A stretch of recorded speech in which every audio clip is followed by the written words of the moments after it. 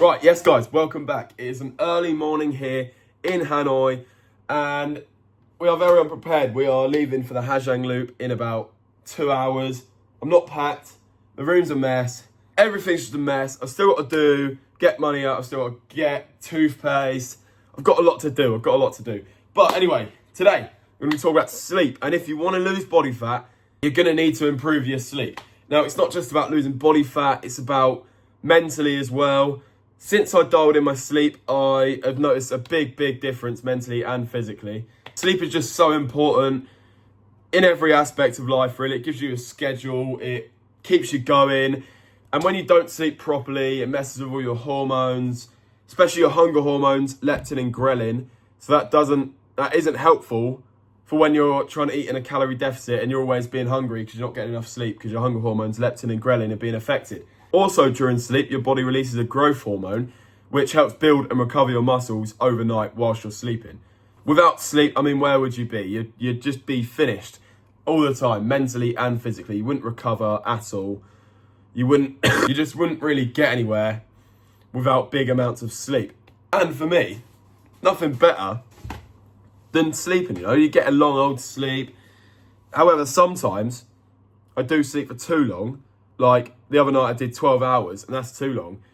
Anything above 10 for me, I wake up a bit finished. But the perfect amount you should be aiming for to see progression is 7 to 9 hours sleep per night. Doing it like this, you'll see such a big difference physically and mentally, like I said. But yeah, when I sleep for too long, plus 10 or 11 hours, I wake up finished. So yeah, I don't recommend oversleeping, but it can help a recovery in an illness. Say I was ill last night and I decided I needed a 12-hour sleep and I woke up better. It can happen. It can fix you. Sleep is the biggest medicine ever, and since I dialed it in, I've seen so much more progress.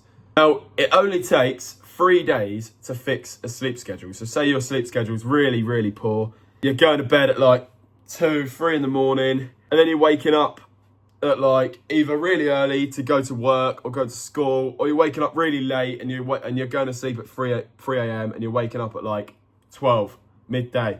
That's not what you want to be doing. Where you win the day is in the morning, early in the morning. So it only takes 3 days to fix your sleep schedule.